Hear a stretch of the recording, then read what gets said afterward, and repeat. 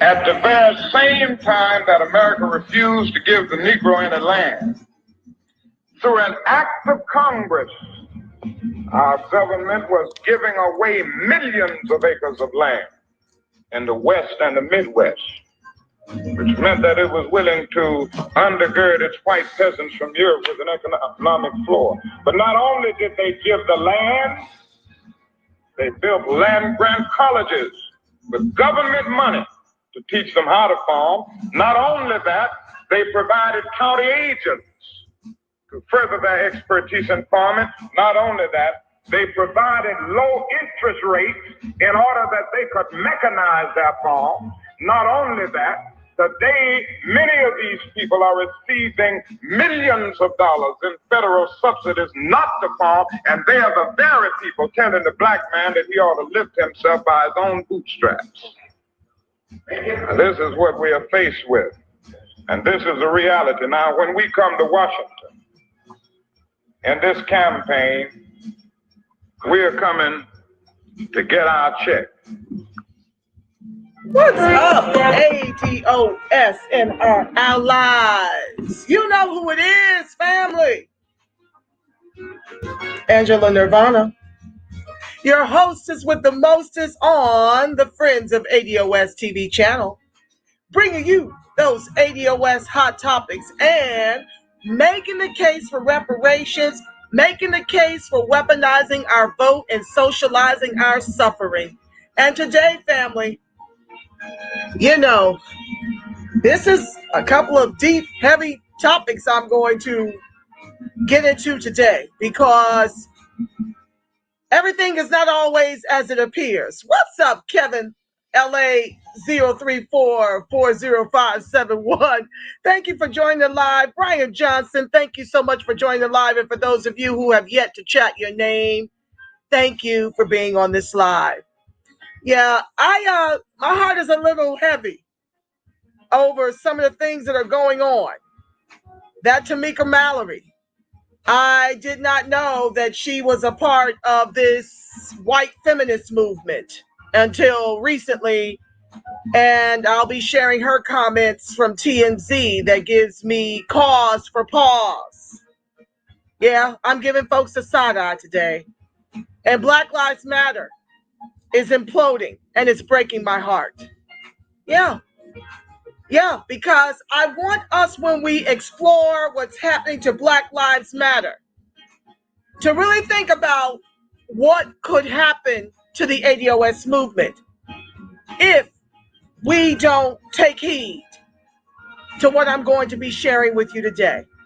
Yeah, this is a tough one, but we need to really be conscientious about the way we do things, and we need to be very transparent because it's a lack of those things that is causing major issue and divide between the national and the local chapters. So I am going to dig into this after everybody files in, and it's going to be a serious education on both the fronts.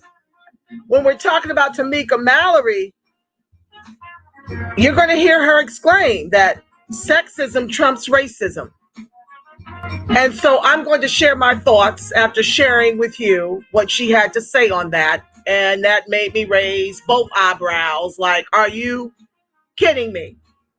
Because I know her as a strong advocate around the George Floyd execution by the race soldiers. So to hear her say this, I'm like, whoa. And then I drill down and dig a little deeper and find out that she was one of the organizers for the Women's March. Yeah, family. So on its face, it may seem like that's not a problem. She's a woman getting in that fight, but is that the ADOS fight, family? Seriously. And we're going to go through some things that I'm going to share, some talking points from an article, and of course, what she had to say about it. And I'm going to be offering my comments in between like I normally do. I want you, while the music closes out, to make sure you pick up Sean Rochester's The Black Tax, The Cost of Being Black in America. When I bring you these quick reads, it's about helping you to understand why your reparations matter. That is a debt that is owed to us in the trillions over multi-generations. And we need all hands on deck. We need for you to understand how we got here and to really get within your being that this is no fault of our own. This is a byproduct of institutional systemic racism. And so we'll be going over that book. I also want to thank you guys. What's up, Daryl Presley? Thank you for joining the live. You guys feel free to chat. I'm going to be jumping back and forth and not be able to see your comments, but I definitely want to hear you weigh in on the topic for today. I want to thank those of you who have contributed to the show, and for those of you who'd like to know how you can patronize the show, my link is in the description box. It's the PayPal me at Friends of ADOS TV. Thank you so much. It helps me to offset the cost of running the show, and I greatly appreciate all of your donations, small and large. Thank you. So with that said, family, let's jump right in so I don't belabor, so I don't tarry. Okay, y'all know I was born to talk, ran out of time the other day, so this is a part 2, okay, to Tuesday's show. We didn't get to dig into these topics and flesh them out because I spent all the time on Biden and Clyburn. So if you didn't get a chance to check that out, check out how we're being left out of everything, the administration, all of it. Give me a second, family. I've got to turn this fan on before I start. I feel myself already trying to sweat, y'all. Just give me a second.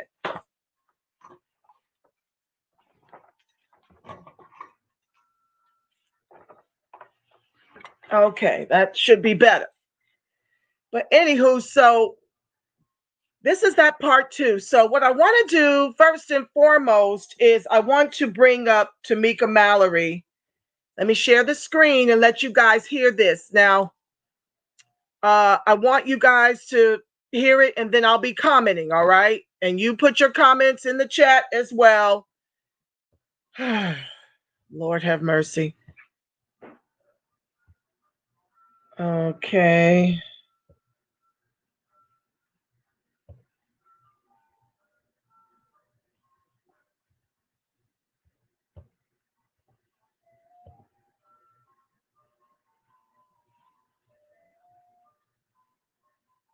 Times may be tough, but TMZ's got your back. We'll fill your mind. Jay-Z with Twitter CEO Jack Dorsey. He looks like Abraham Lincoln. He has a nose ring. Abraham Lincoln had a nose ring? Well, this is one of those ads that I don't have any control over, family. I am curious, fascinated actually, that if Biden is a transitional president, which he is, and Kamala Harris runs in 2024, possibly the first black female president in the history of the country, if the Biden administration doesn't deliver what you want, you're in an interesting position. Do you withhold support to Kamala Harris in 2024? Well, yeah, I think you look at whoever the Democratic nominees are, and you begin to invest in individuals who actually have your best interests at heart. I mean, we obviously were living in a situation that was imminent threat. We had to get rid of Donald Trump. He just could not be the president of the United States anymore. Let me stop right there, me speaking. This is what is so problematic about this narrative that Donald Trump was such an imminent threat, and that's how we had to use our votes. I have explained to you guys many times, to those of you that are newly watching the show, there is an egregious $100 trillion racial wealth gap that white folks share. Of the blacks in this country, there's $3 trillion. Of those blacks, 10% share 2.3 trillion. The 90%, which is predominantly ADOS, at least it was last count during these numbers, is less than 700 billion. And so when I keep hearing this is why I do this show, and it's a little repetitive and a little redundant for those of you who watch me all the time. I get that. But you guys aren't the ones I'm seeking to reach because you're already on code. You're already on your square. So I have to now compete with the corporate news networks, spelled with 3 Ks, to help my people understand how dire we are in terms of our economics in this country that our ancestors built with their lives. And because this is what I'm up against, this constant rallying cry that Trump was, the worst racist in office since the inception of presidents in this country. It's a flat out lie. No one can tell me what he did more egregious than, say, Biden, author of the 94 crime bill. Say Kamala, Cali's top cop by her own admission. And so we've got to get beyond allowing them to seduce us into this suggestive kind of notion to get us marching to the polls to vote against our own interest. All the other groups have been mentioned in Joe Biden's first 100 days and what he intends to do. I have yet to see American descendants of chattel slavery even be proportionate to the whites in his administration.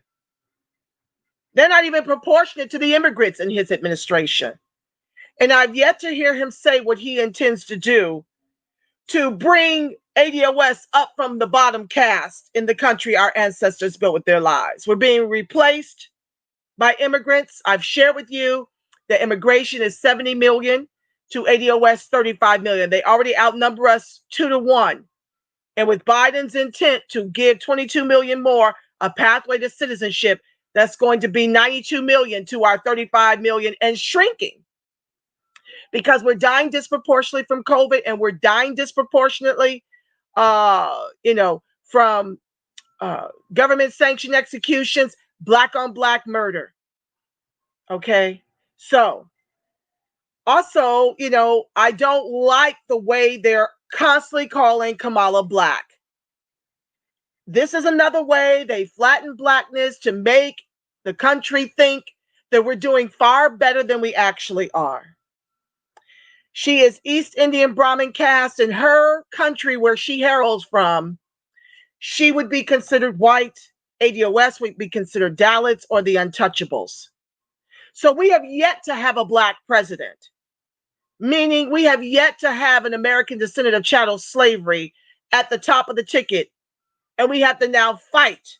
Even though 85% of our electorate voted Biden-Harris, we are now in the fight to get some representation from American descendants of chattel slavery in his administration.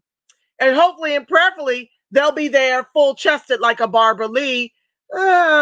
She's sort of kind of full-chested, but not really. She's kind of thrown in Jim Clyburn's 30-20-10, where he's trying to make everybody whole and leave ADOS with 10% of whatever his intent is.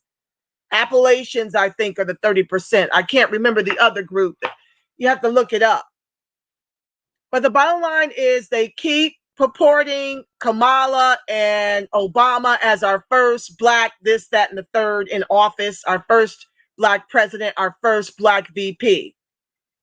And I'd be shocked if, Kamala, for me, the only way she would be able to become the president, she will not be voted in if she had to compete fair and square. And they can do interference, run interference like they did this election cycle to deliver Biden-Harris. And, if she crosses her T's and dots her I's, I'm sure the establishment may give her placement, but the people will not. Okay? The people will not, unless, like I said, you got 92 million immigrants backing her. And then, she'd have to turn all of those Democrat, which is going to be impossible, given that the creme de la creme of those immigrants generally vote conservative. Okay, those are the ones that by and large, identify as white and would vote for Trump, per se. So I don't like this idea of flattening blackness. This is one of the reasons why we want this distinction. And so we had a situation where we had to vote against him. But that day is over. We're now in a time that when the Democratic nomination period comes up again, we may have to make a different choice. I hope that that is not the case. I truly want to believe that Kamala Harris, Vice President-elect Kamala Harris, is going to work really hard, one, to reckon with some of the issues in her past, and also because she's really been on a listening tour, gathering information and trying to understand the intricacies of the issues. Let me pause it right there. You don't make demands after you deliver the victory, especially to a vice president who's already told you she's not going to do anything specifically for ADOS, and a president that states nothing will fundamentally change. That's not the way you weaponize your vote and socialize your suffering. You have to hold the Democrats and get their word before you give your vote, because otherwise we have nothing to hold them to with respect to a standard and deliverables and tangibles for the ADOS. There's no way that that's going to happen now, after the fact. And secondly to that, she talked about Kamala being on a listening tour. Kamala doesn't need to be on a listening tour. She went to Howard University. She pledged AKA. She knows what plagues our people. And with that information, having graduated from a top HBCU, her record on blacks, it's atrocious out here in California. As DA and AG, it is absolutely atrocious. I've done other shows spelling that out. I'm not going to do that here. I'm just going to give my commentary in between a few of the things that I'm going to share with you this evening that give me cause for pause. You would think that people as highly regarded as Tamika Mallory would know this. But something in this feels to me like perhaps someone is vying for something that supersedes doing something for the collective. I've not heard her ever speak in this way and didn't know that this is how she was wired. It's a little surprising to me, maybe not to you, but let's keep going. That Black folks are dealing with across the nation. And so, you know, I don't put my faith in any one white man, especially a white man that's over 70 years old, who we know, unfortunately, Vice President Biden has invested and been a part of some of the most dangerous and detrimental things that have happened to Black people in this country. But I do believe that we can all grow, we can all evolve. And I hope this is a moment when we're going to see something different happen, especially if we win the 2 Senate seats in Georgia. Now, I will say, she's expecting an 80-year-old man with dementia who's been in office, 50 years, to all of a sudden have compassion for the ADOS that delivered him the victory, second to the Latino community. Yeah, I've already explained that their number increased by 20%, and ours did too, but they are like around 42 million. The Latinx to ADOS, I want to say around 35 million, give or take. But we were pretty much neck and neck. And she wants us to believe in an 80-year-old man, all of a sudden, no policies in his 50 years in office, no policies there that has done anything to help the ADOS. But we're supposed to trust that at 80 with dementia, he's going to somehow change tunes and no longer be the racist. Moving on. That when you think about the issue of Kamala Harris and what she will or will not be able to accomplish, you're going to have to start talking about sexism, which I would argue is almost worse than, maybe worse than racism in this country. And so whether or not, even if she does a great job, the idea that she's going to be able to win the presidency is still an uphill battle for us when we look at how women are treated in this country. Okay. Now, see, that's the part where she lost me. When you're dealing with sexism and you're juxtaposing that to the racism in this country, it is a tremendous blow to hear that come from someone who I highly regarded as someone that was the face of the advocacy going since George Floyd. I know that she uprooted herself and went to Louisville to fight on behalf of Breonna Taylor. But this is really when I'm thinking, what have they offered her? What is being offered to try to sell us on this idea that sexism trumps racism in this country? I don't know of any white women who are being executed by government sanction, okay, while jogging, while sleeping, while, I mean, all the things that have plagued us, while driving, while just being in your home, minding your own business. I don't know of any white people, period, let alone white women, who have endured that. Okay. I don't know any white women that endure institutional systemic racism. I don't know any black women that have owned white women. I don't know of any white women that make as little, earn as little as black women. I don't know of any white women that have been oppressed like that of black women. I don't know that. And of course, if you add black men and children, it's a whole nother Oprah. So for her to pivot to sexism and discriminate, I don't know of any white women that makes less than a black woman.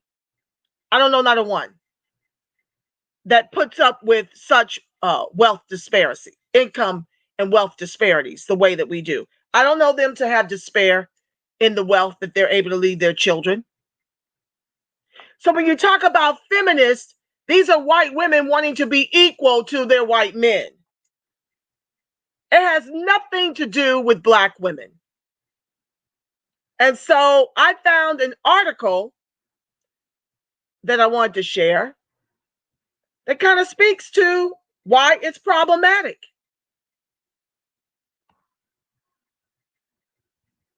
Let me share it and we'll go through it and I'll give my commentary. The deception of it all.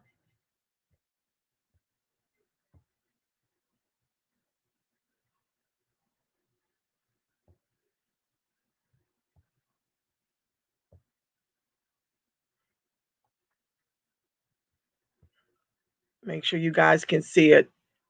Hold on. It's not what I intended.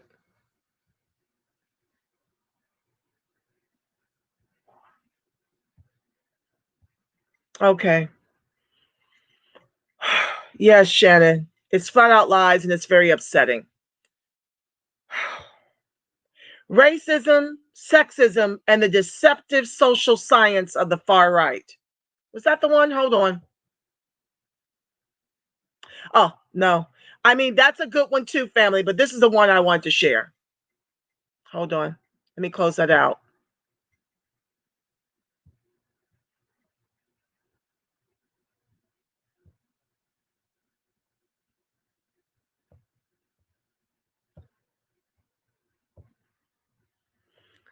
Black women, white movement.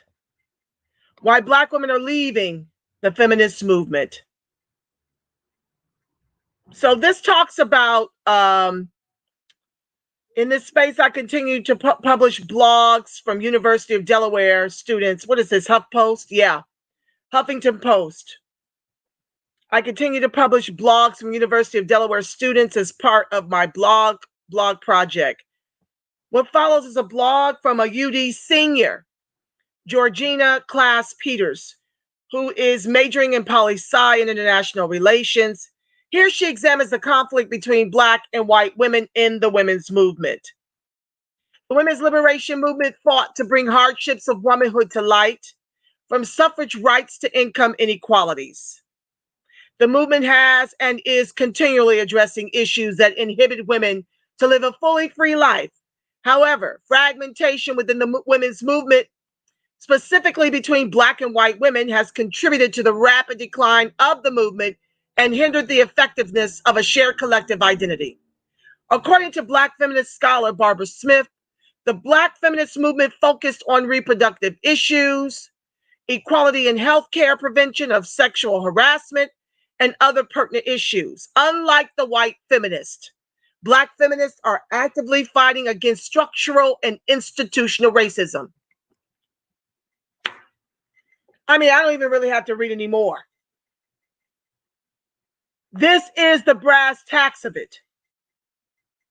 African American women who initially joined the movement soon left because the master frames used highlighted the white experience. Though the feminist movement is making a considerable effort in advocating for women, movement participants seem to use a colorblind approach when dealing with the issues of Black women. As we discussed in class this fall, racial colorblindness is a sociological term for the disregard of racial characteristics when selecting which individuals will participate in some activity or receive some service.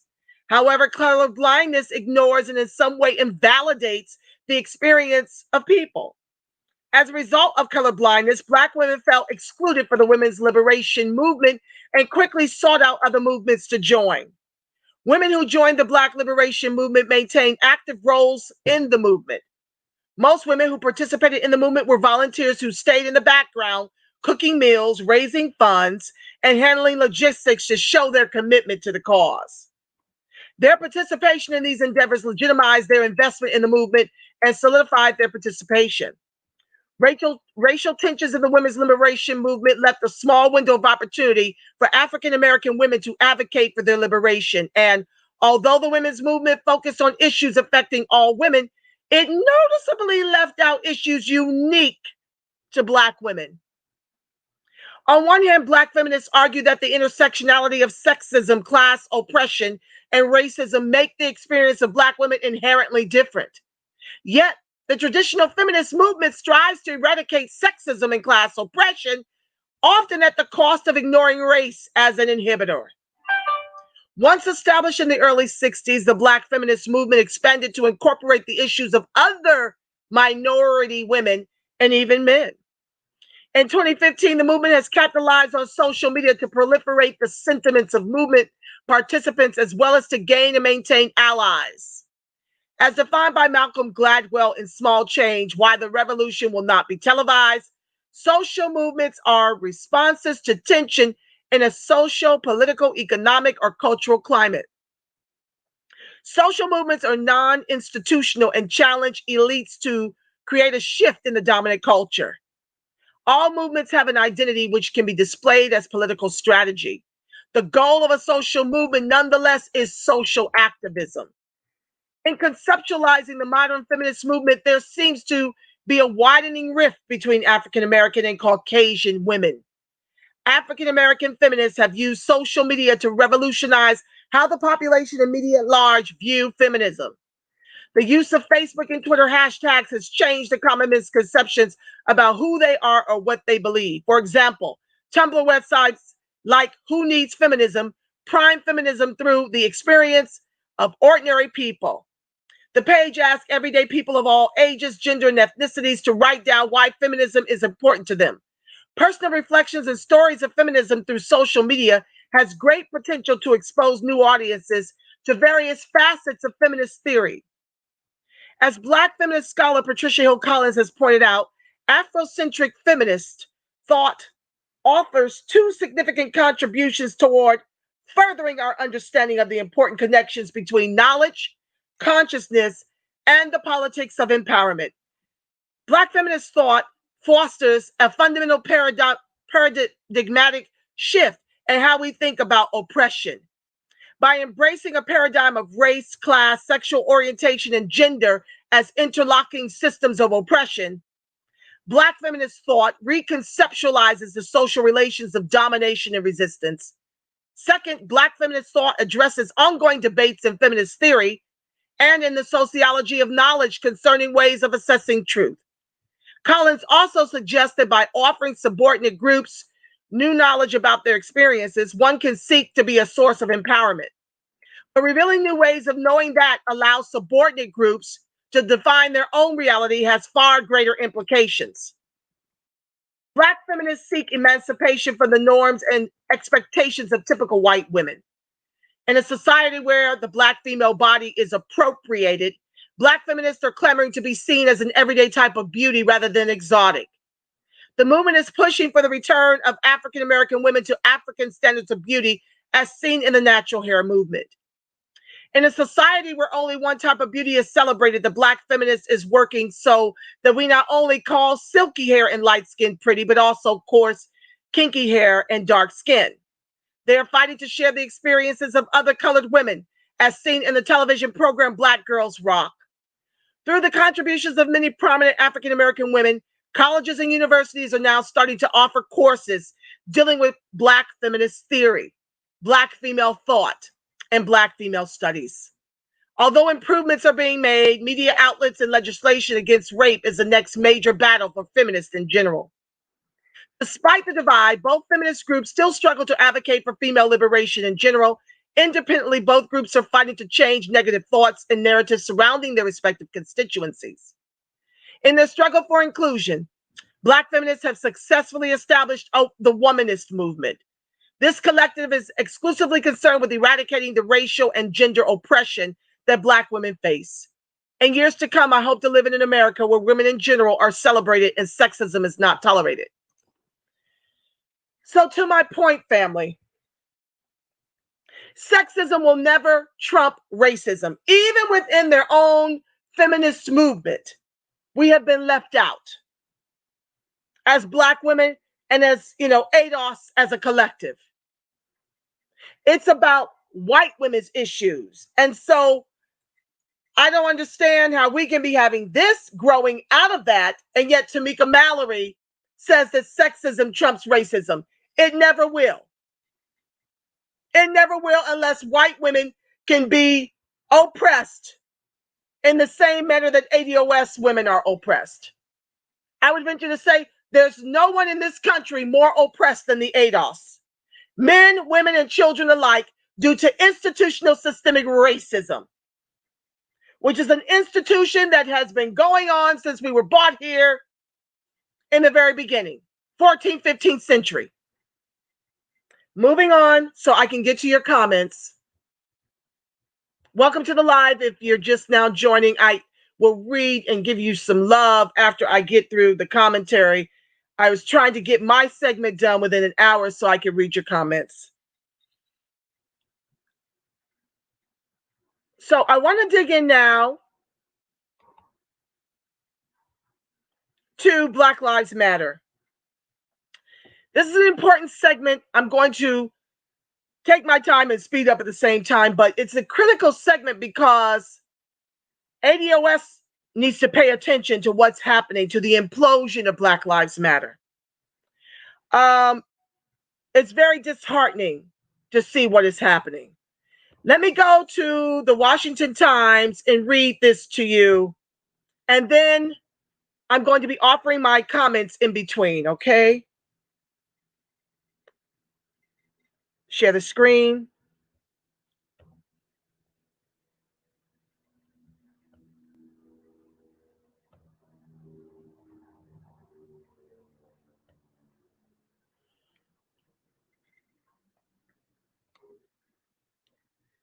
Black Lives Matter movement imploding over internal power, struggle, money grabs.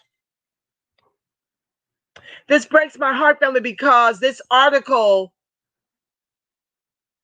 is kind of casting a huge convention center light, right? On the fact that our suffering is being weaponized for the come up. Let's get into it.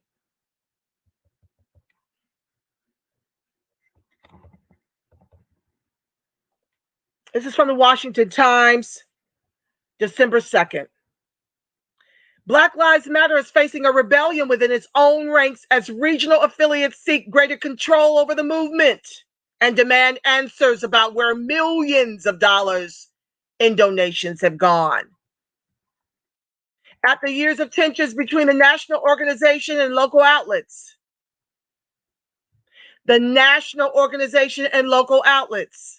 the rift went public this week with the release of a statement by 10 Black Lives Matter chapters accusing the top brass at the Black Lives Matter Global Network Foundation of failing to open their books or share the wealth with the rank and file.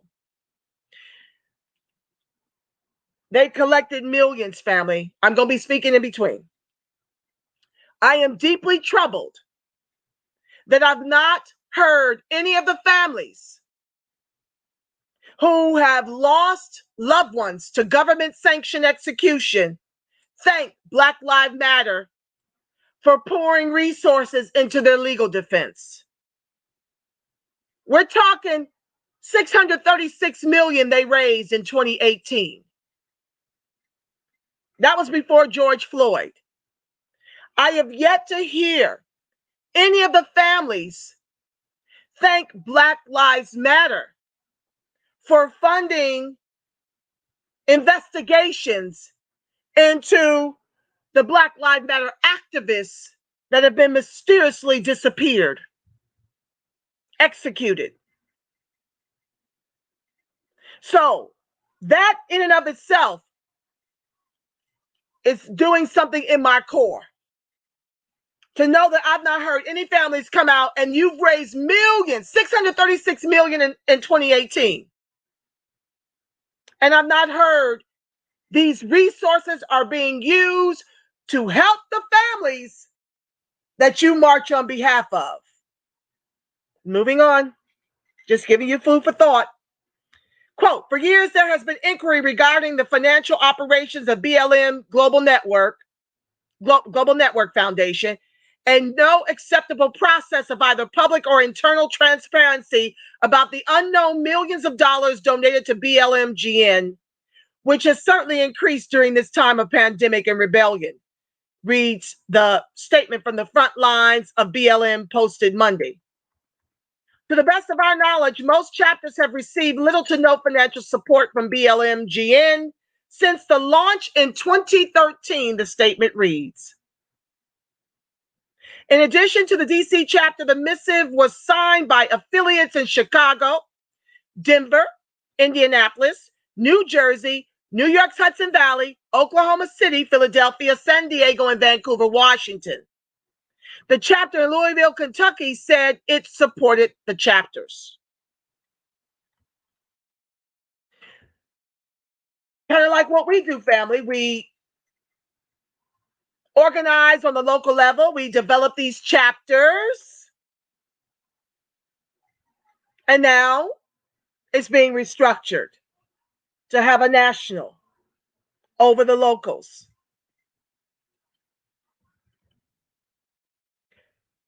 Black Lives Matter Louisville stands in full solidarity with all the chapters that sent out the brave statement for full transparency, the Louisville group tweeted. We will be sending out solidarity statements and regional statements soon. Fam, take time to heal.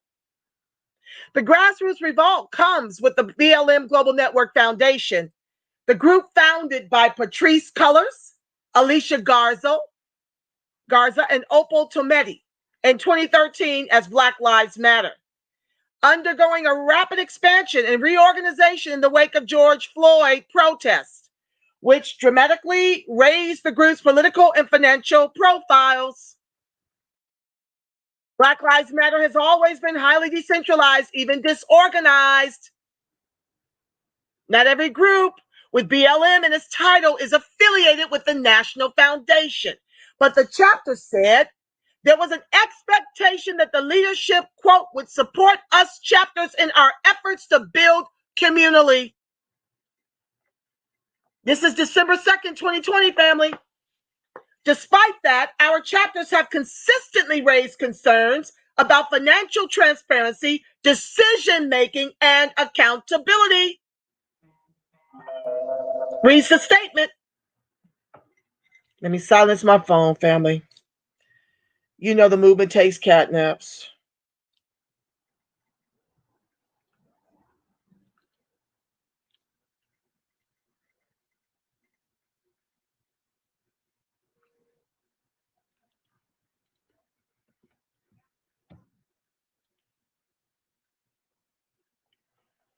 Despite that, our chapters have consistently raised concerns about financial transparency, decision-making, and accountability. Reads the statement, which faults the national organization for enacting major changes without consultation, such as the recent formation of BLM Grassroots.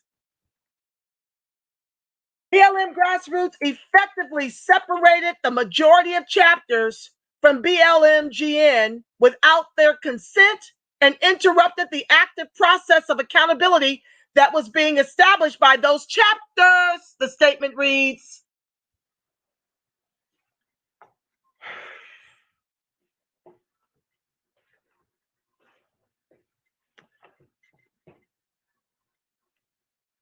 I'm trying not to be messy.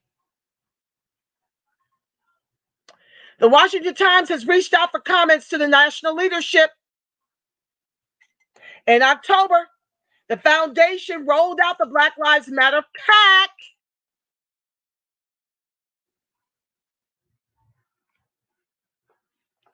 which reportedly plans to raise $500,000 for Georgia's Democratic U.S. Senate candidates, leading to complaints that the radical social justice movement is rapidly morphing into an arm of the Democratic Party.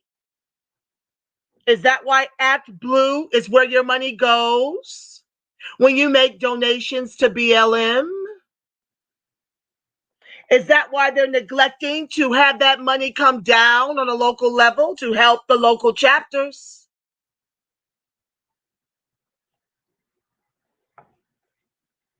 Show us the money. And there's the money, or rather, where is the money? Before the protest, the foundation listed about $3.4 million in assets, according to a 2019 financial audit by Thousand Currents, which served as the group's fiscal sponsor from 2016 until July, when the philanthropic giant, the Tide Center, took over. This puts Black Lives Global Network Foundation squarely in the middle of a massive political network with total revenues that exceeded $636 million in 2018 alone. Okay, forgive me. That $636 million is the Tide Center.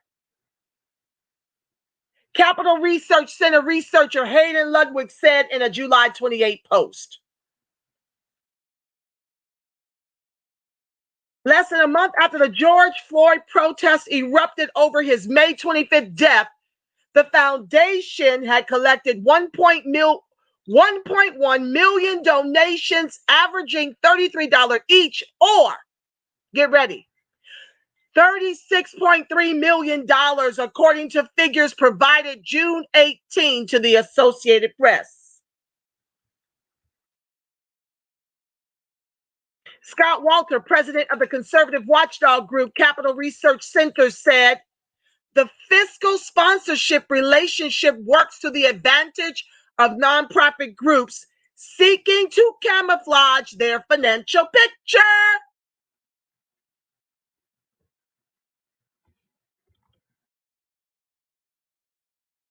Quote, my first thought is the old saying, every great cause begins as a movement, becomes a business, and ends as a racket. said Mr. Walter, whose group runs the Influence Watch website. Quote, I don't blame BLM chapters for being upset.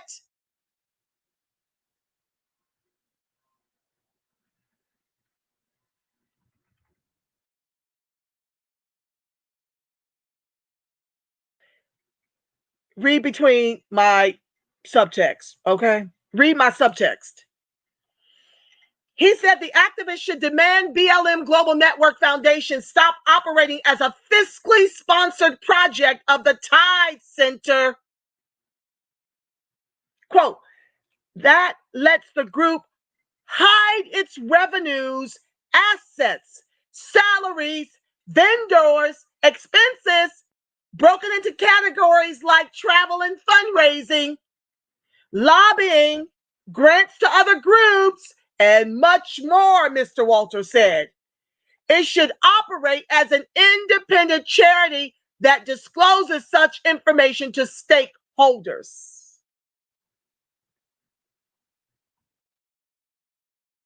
That's what 501c3s are supposed to do, right? But this foundation is a 509A and says they're not a charitable organization. They oversee the 501c3s.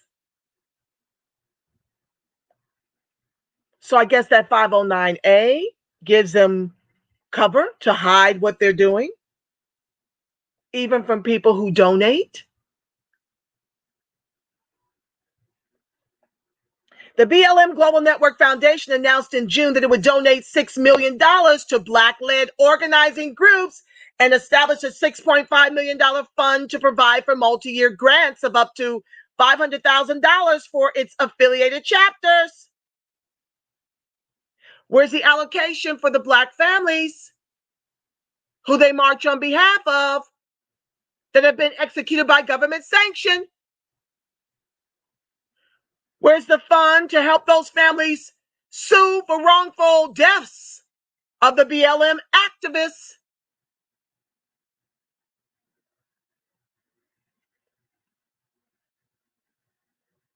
That's only $12 million.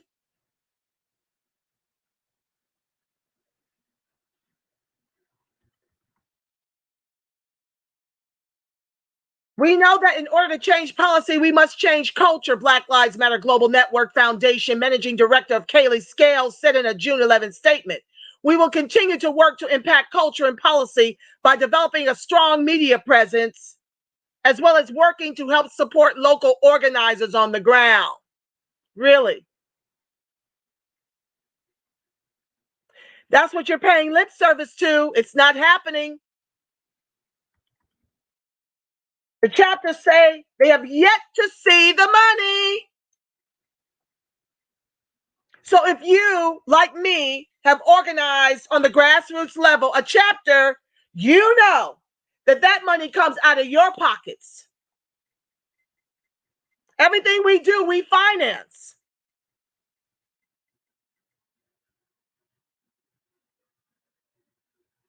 The same is true for some of these BLM chapters.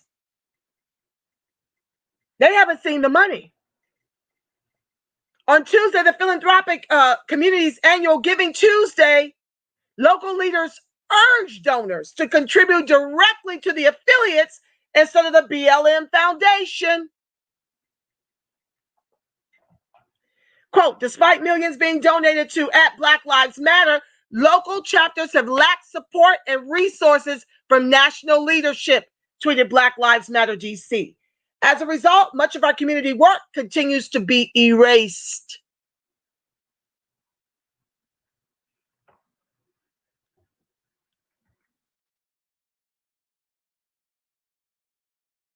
Since the protests began in May, the three co-founders have raised their profiles. They appeared on the September 22nd cover of Time magazine as part of the 100 Most Influential People edition.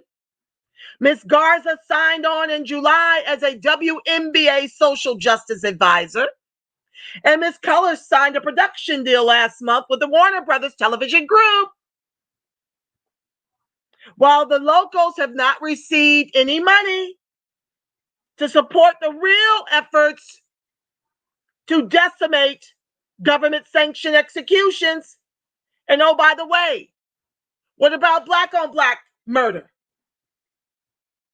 Why isn't there a fund set aside for those families to fight in those instances? It only matters when race soldiers execute us?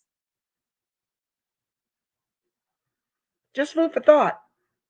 In a 2015 interview, Ms. Keller said she and Ms. Garza were trained Marxists after being asked about the group's ideological foundation on the Real News Network. The organization plans to place an emphasis next year on education. Beginning in 2021, BLM Global Network Foundation will roll out its education platform, developing curriculum around its contributions to media, as well as a political education program, the group said in a June statement. And we're to trust this when you're not even giving your local chapters the resources they need to move? Is this more lip service? The chapters have their own wish list. They want the BLM PAC, BLM Grassroots, and BLM Global Network Foundation to stop representing themselves as leaders or representatives of all Black Lives Matter, according to a press release. They also said they want the national leadership to provide full financial transparency and accountability, including a full financial report from the past and current fiscal sponsors, a report of all contracts and staff, and removal of any obstacles for interviews with them.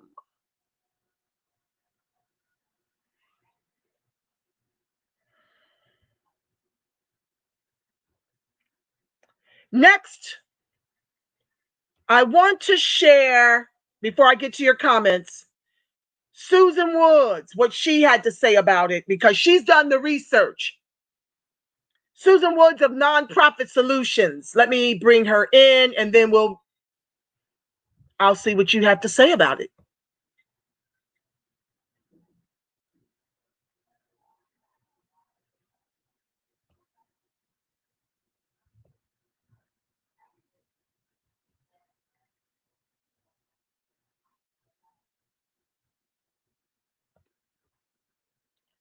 This is just going to be the tail end of what she had to say. You might want to check out the whole interview, the whole segment for her. It's entitled, Does Black Lives Matter Have 501c3 Nonprofit Status? I'm going to just play the trail end, and I will be making comments in between, maybe. She puts a button on it and a bow on it so eloquently because she did the research. So I kind of just want us to luxuriate in what she has to say.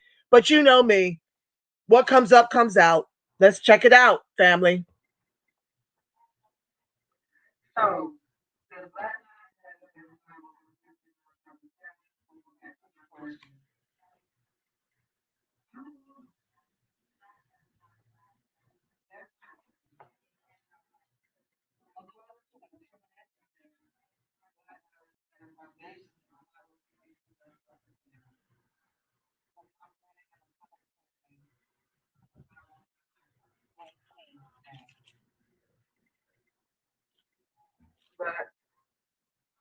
when you look at the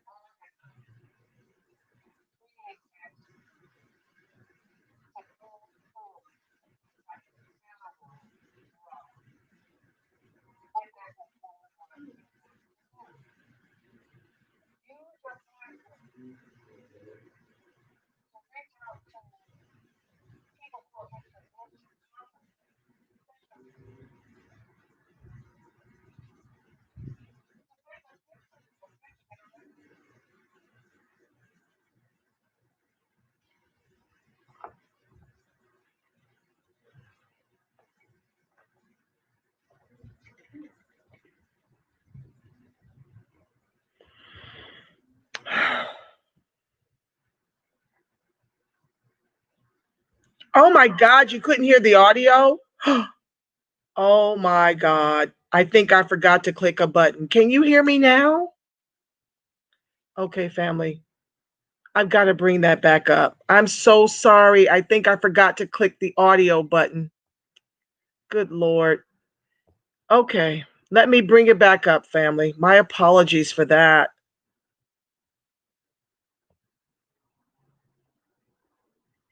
But you got to hear it.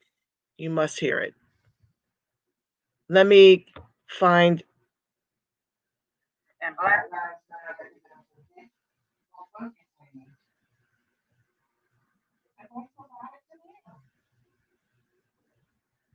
Just give me a second, family. I'm going to find out. I'm going to pick up where I left off.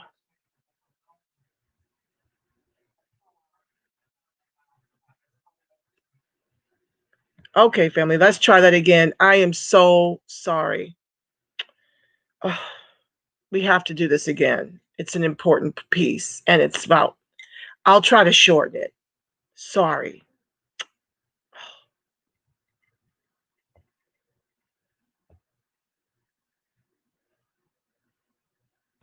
Yep, forgot to click that button. Be the Power taught me.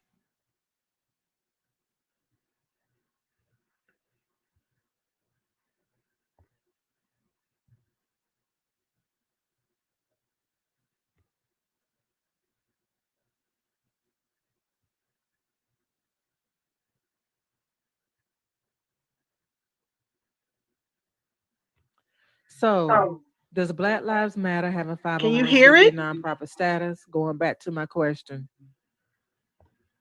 I don't know. That's my answer. According to the determination letter, Black Lives Matter Foundation has a 501c3 nonprofit status. It's operating as a public charity under the 509AC status. But when you look at the GoFundMe page, the originator of the GoFundMe campaign said that it's not a public charity and it don't provide direct services. So I don't know. I don't know.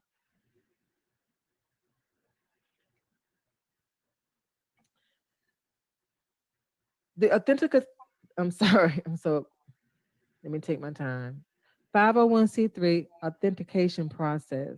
These are the steps that I use to try to authenticate the status of Black Lives Matter. I went to the website and I tried to gather information from the website.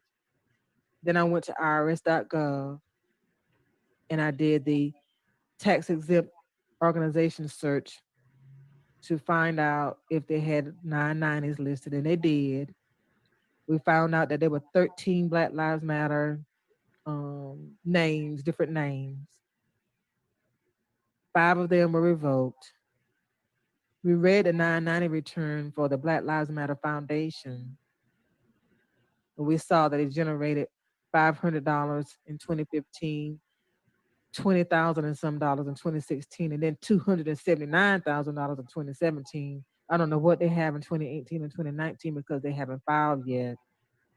Then we talked about why actblue.org was serving as the recipient of money generated from the Black Lives Matter Foundation. However, the other name for Black Lives Matter Foundation, which is Black Lives Matter LA, is generating money through a GoFundMe account and not through ActBlue. GoFundMe is charging 8% processing fees on every dollar that they generate. So GoFundMe is very happy. Conclusion, my concerns, there are no clear leaders. You have the founders listed, but they're not listed in the list of board of directors. So I don't know who's really leading the overall Black Lives Matter.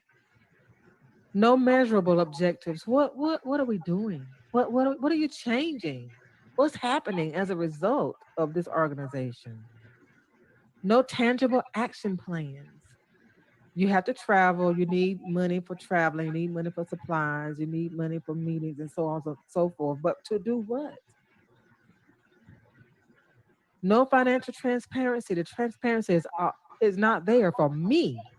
For me, I don't see financial transparency because the Form 990 information return is developed or created to provide financial transparency. And I didn't see it.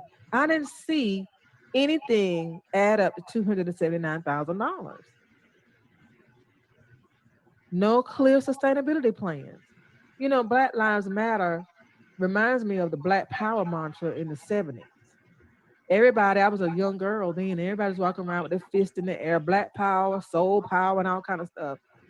And it galvanized Black people, and it really helped me feel proud about being Black. But it wasn't sustainable because there was no legislation around that.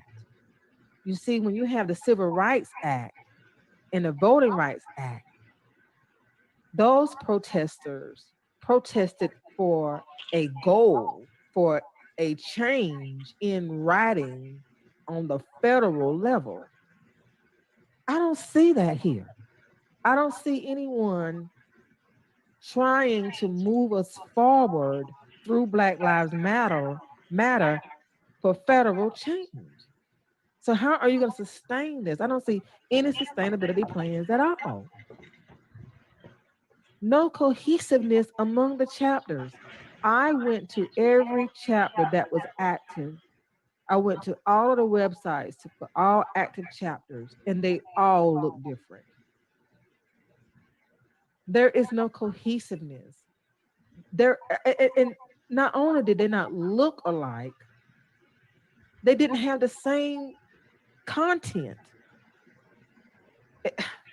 No one is governing Black Lives Matter, from my perspective, from the top to make sure the chapters are adhering to whatever vision, mission, objectives, and goals are established.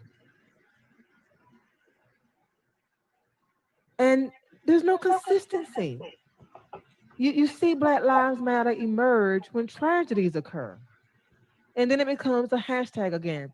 If there were data analysts who track the usage of hashtags, I'm sure they would have a correlation between tragedies and the amount of times the hashtag Black Lives Matter is used. There is a correlation between tragedies and Black Lives Matter. I guarantee you, if someone did the research, I'm sure it is, because it seems they only come up when tragedies occur. Now, in about a month, the hashtag is gonna diminish again. One more thing that I will share that bothers me personally is Black Lives Matter don't take up the cause with Black on Black crime. According to Black Lives Matter, Black lives only matter when they are taken by white supremacists. If Black Lives Matter, they should matter no matter what.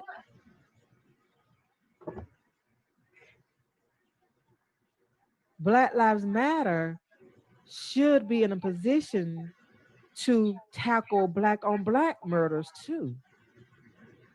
But that's me on my soapbox. So if you want to authenticate any nonprofit organization that claims to be a 501c3, You can do what I did.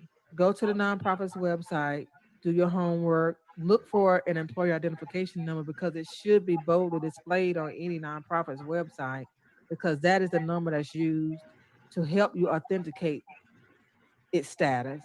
Then go to irs.gov, do the tax exempt organization search. Then look for their 990 returns. See if they have an active 990 or if they have been revoked. And you may want to check with actboo.org to see if they participate in that organization as well. I want to close by saying that I'm not knocking Black Lives Matter. If you want to donate, that is your prerogative.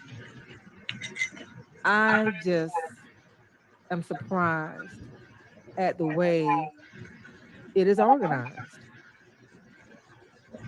It has a world stage. Like it said, it is a global network.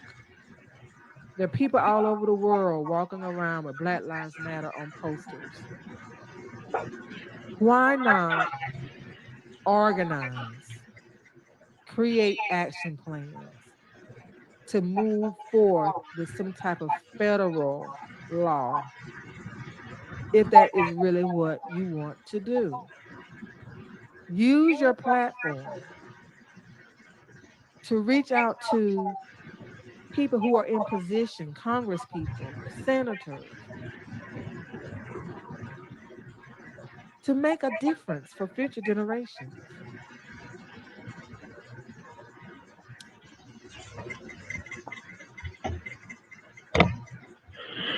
And so that was Susan Woods, MBA nonprofit consultant, trustsusanwoods.com.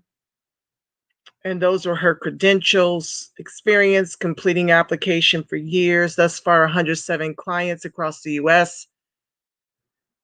And you see the rest. No, Mike Michelson, I don't know her from Wells Fargo. This is just a part of my research.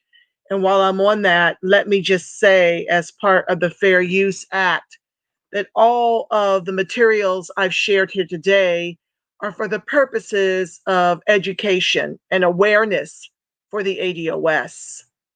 Okay, just so we can understand how we weigh in politically. And all of it is political. You can't escape politics as ADOS. There's no way. Everything is political. And so I thank you guys for watching. I'm going to read your comments now.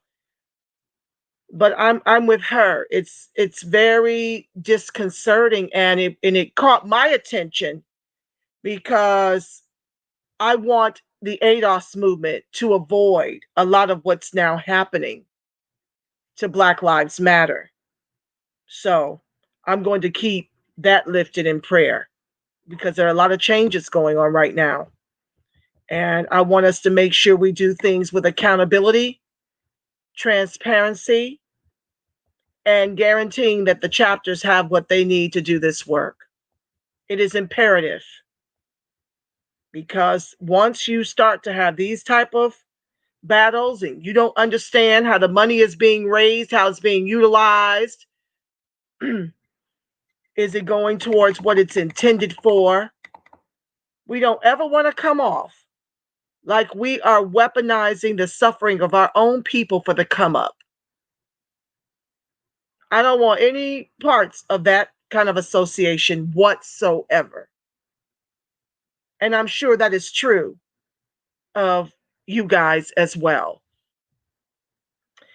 Kevin says reparations over everything. Brian says they should play this speech every MLK day. Skip the I have a dream routine. Brian's referring to my opening when I cue up Dr. Martin Luther King Jr. demanding reparations, demanding that we're coming for that check. That was his work, his final 3 years before they executed him, which is why he was assassinated, because he was coming for the reparations. And that is the work of the ADOS movement, is to come and finish the work that the very courageous Dr. Martin Luther King Jr. started. Good evening, Brian. I'm just going to try to get through your comments quickly. We're like at hour 17. I'll try to get y'all in 15 more minutes. Brian says BLM is all over the place. Yeah, interesting, right? When it's reparations, nothing can stop this. ADOS, absolutely, Kevin. No doubt. Daryl Presley, thank you. Welcome to the live. Is she demanding reparations for Black Americans, aka ADOS? I think you're referring to Tamika Mallory. I've not, it's been disappointing that I don't hear more people in high positions of influence saying it from the chest that they're demanding reparations. I do know that I'm going to spill the beans. I think it's okay to do so. I do know that there are a bunch of grassroots coalitions coming together with the BLM chapters to march for reparations in Washington on Inauguration Day and the day after. And I am going to have a couple of those organizers on my show Sunday. So you don't want to miss that. But we are disrupting the inauguration with our demands for reparations. And I know it's winter. I know it's COVID, but we're really, really hopeful that you guys will come out and support those efforts. It's not the ADOS movement. We're working with other grassroots to have our visions come into fruition. So, we don't need any dragging by the ADOS movement. This is something that we're choosing to do independent of the movement. We're not going to use the acronym. We're not going to refer to it in any way, shape, or form. But we want to be present on Inauguration Day, and we want to hold Biden-Harris to some executive orders for the ADOS in the first 100 days. It won't be reparations. We can't get that done in its first 100 days. But we got a list of demands, including some cash for the ADOS. And I'm too excited. I don't want to give too much away. Tune in Sunday for that show. It's going to be fire. And also make sure you get your copy of The Black Tax, The Cost of Being Black in America. Make sure you pick that up and read your first 11 through 38 pages, part 1, and that way we can have an exchange. I'll be highlighting my book and telling you the way I see it. Okay. Kevin says, if it's not reparations, what are we talking? Right. Brian, that was our only political strategy, unfortunately. Yeah. She's not with the ADOS. That's right, Kevin. Tamika Mallory is not with the ADOS movement. I just came to learn that she was a part of the feminist movement in the Women's March. That was shocking to me. But was even more harrowing was how she and 2 others were accused of anti-Semitism. She was part of organizing the huge Women's March and had to step down because someone dug up, in her not so distant past about her association and love for Louis Farrakhan. You know how they did Barack Obama and what was the minister's name? Jeremiah Wright. Okay. This is what they did to Tamika Mallory. She ended up having to step down, and that's when she pivoted towards advocating for Black Lives Matter. I don't think she's with that organization. She has her own.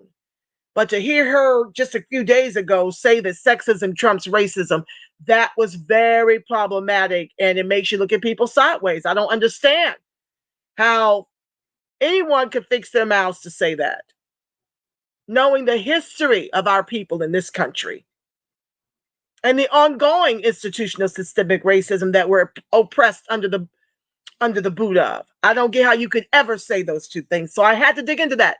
I kind of bring you things that I've shared in my Facebook feed that kind of matter to me, and I dig up research to, form my position. So it's the way I see it, right? Why do we, Kevin says, why do we waste our time on people that's not for reparations? Kevin, we have got to get more than just us on board for reparations if it's ever going to happen. White folks won't get on board if it's just, a few thousand of us that are in support of reparations and are doing something about it. So we have to spend time dealing with these kind of topics to prayerfully win more people to this argument so that we can all get on our square and weaponize our vote, our only commodity, and socialize our suffering. Nothing's going to change until we do that. Mike Michelson, it's always a pleasure to have you. I'm especially glad that you tuned in, given our exchange in the IM. Yeah, I hope you saw some things there. Brian says, if we got through 200 plus years of slavery, 4 years of Trump was nothing to bat an eyelash to. Exactly. But, this is what happens when you allow the DNC and the corporate with 3Ks news networks to really get into our heads to make us very afraid. I'm going to do a show on this COVID nonsense, that's coming up more than likely next Tuesday. I kind of cherry pick off the topics that are really hot in my feed. And the question's been raised. How did China get COVID under control without requiring a vaccine? How is Africa, is one of the things I retorted with. How is Africa having very little to practically non-existent cases of COVID and deaths? And instead of modeling either of those two blueprints, this government wants to vac the ADOS. They literally have Black folks concerned that they won't be considered for the vaccination first. You see the sleight of hand, the way they twist it in the media to make you think you're the prize for a vaccine that was just created in 9 months. So I'm not going to do that show right now, but to your point, we've been through a lot. Slavery, Jim Crow, and accrued ongoing systemic racism, oppression, and disadvantage in the country our ancestors built with their lives.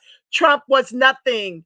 They literally went out and replaced a racist in office for 4 years with a racist in office for 50. A combined 65 with Kamala's record. Let me not get on that soapbox. We have to keep doing the work. Absolutely. We can't give in, Kevin. We can't give up. We can't give out. Dwight Spites, thank you for joining the live. What up, fam? Peace. Free thinker, ADOS sliding through. I'm so glad to see you, my love. Exactly. Why buy the cow when the milk is free, says Bryant. Facts. Listening to her. Yeah, Dwight. That's what. Why buy the cow when you can get the milk for free is referring to how the electorate, ADOS delivered the votes and now are trying to make demands. Did that work under Obama? I don't understand why we keep this vicious cycle going. Listening to her, Dwight, yeah, that's what Tamika said about Kamala, as if she doesn't understand the racism and the oppression of ADOS in this country that she's contributed to greatly. Brian says that evolved talking point is so old, just like Biden. Shannon McFall, welcome to the live. Flat out lies. You're right, my brother. Brian says, if you think about it, white women for much of American history have had more power than Black men, making feminism even less of a Black woman's issue. You understand. This is why I had to expose Tamika. What are you on? Who are you really repping? To sit up here and say sexism trumps racism? What's the name of this article? I'm going to put all of the article links in my in the chat here before I close the live down. Okay, I'll put everything in there so that you guys can refer to it and read it for yourselves. I did a couple. One was in Washington Times. There was another one, and I want to share the TMZ with you too. That's the one on Tamika Mallory. Oh, you might be talking about the Black Lives Matter one. I'm not sure. I'm going to put all the links here so you can vet the information for yourself. What's up, Robin Freelix? Thank you for joining the live. Dr. Gibson, thank you for joining the live. Hello, Angela. Here's a statement from the BLM Washington, D.C.'s chapter regarding the national BLM headquarters for all that want to see. Thank you for including that. I had it pulled up, but in the namesake of time, I was trying to not read again. So, guys, look that up, that statement. It's, I think I have the same one right here. Yeah, here. Let me just share it since we still here. It's short, family. I had it pulled up, Dr. Gibson. I guess there's only one mind.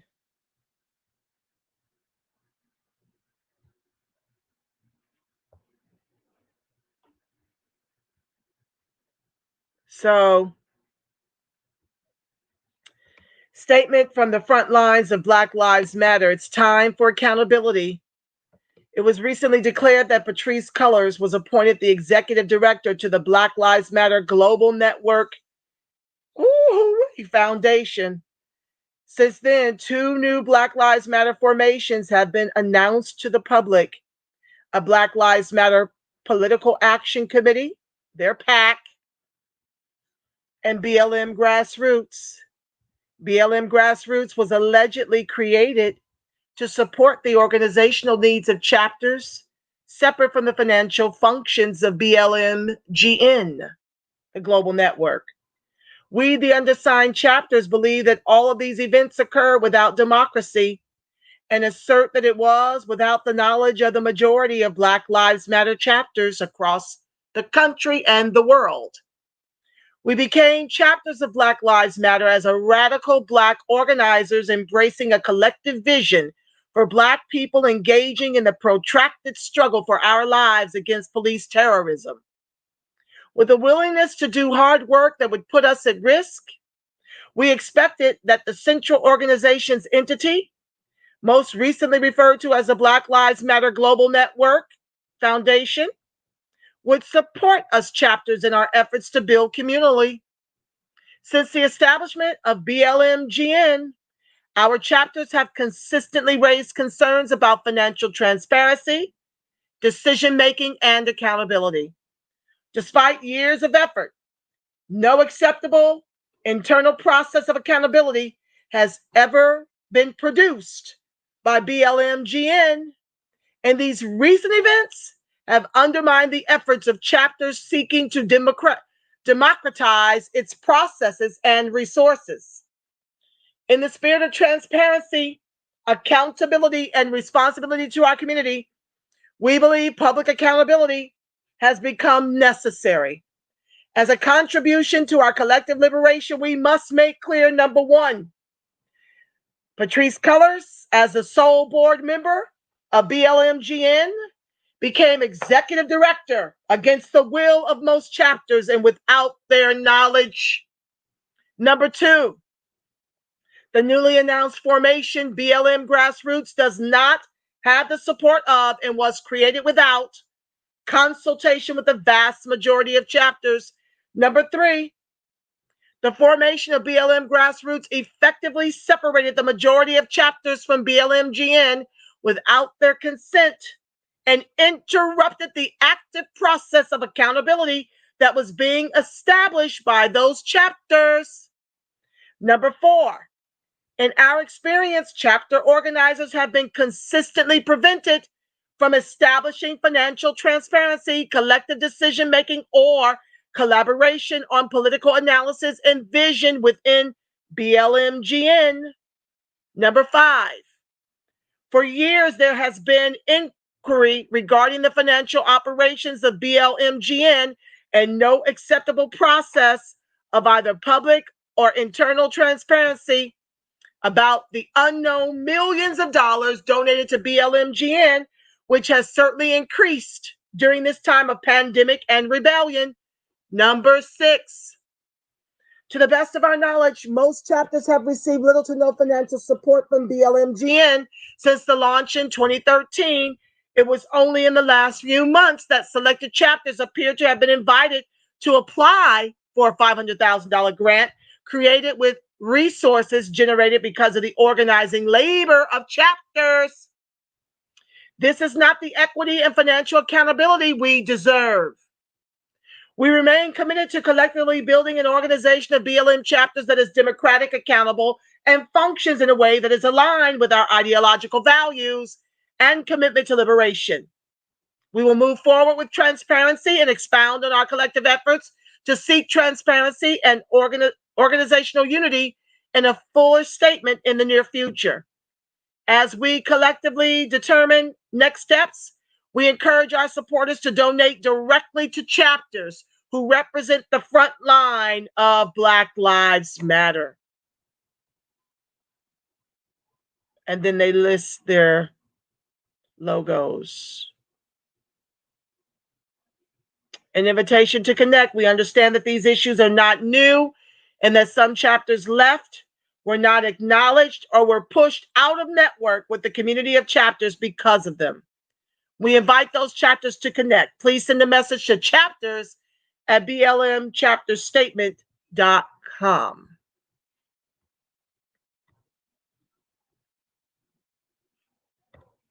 So there you have it.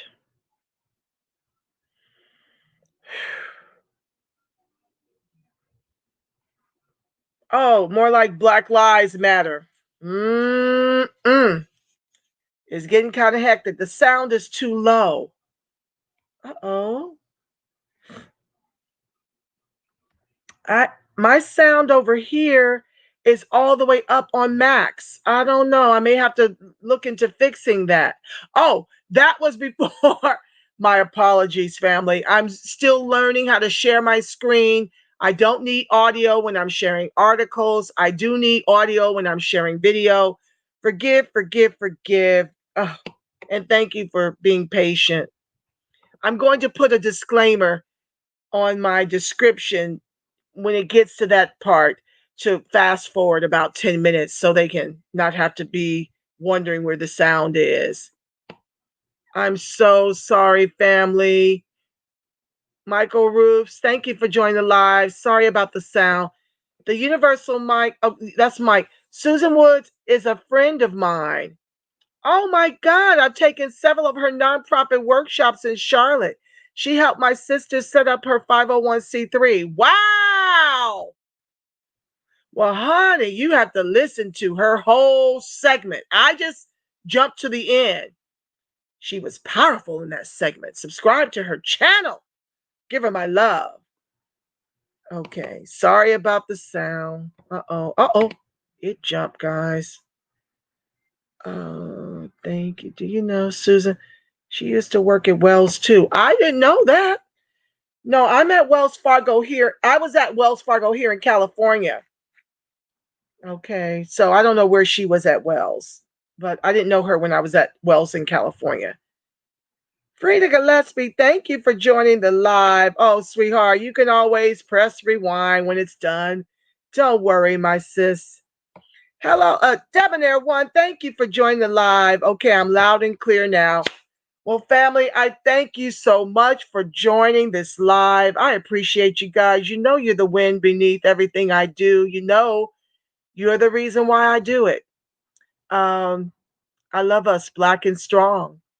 I really do. And I pray for a covering over the movement and that we do the right thing and don't have to have this type of stigma and stain on the movement because it's a very important work that we're here to do. With that said, family, be sure to read The Black Tax, the Sean Rochester's book, the first part. It's a really small book. I think I'm going to do the Moynihan report after this, but let's just get through this book. It's in 3 parts, so I'll probably just do it for 3 consecutive Sundays along with ADOS Hot Topics. Be sure to make sure you go over to YouTube and like there and like the videos so the algorithms will go up and more people will tune in.